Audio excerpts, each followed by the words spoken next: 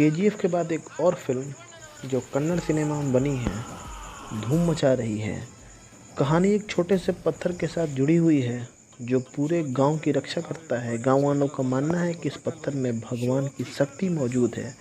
अब दिक्कत यह है कि यह गांव एक जंगल में बसा हुआ है और इस जंगल का जो अधिकारी है उसका मानना यह है कि जंगल सरकार की संपत्ति है।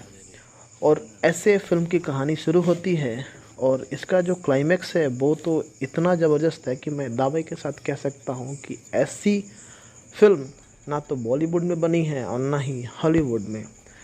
कोई वीएफएक्स यूज़ नहीं किया गया है, कोई सीजीआई का यूज़ नहीं है, लेकिन फिल्म ऐसी बनी हुई है कि ज़माने तक याद रखी जाएगी।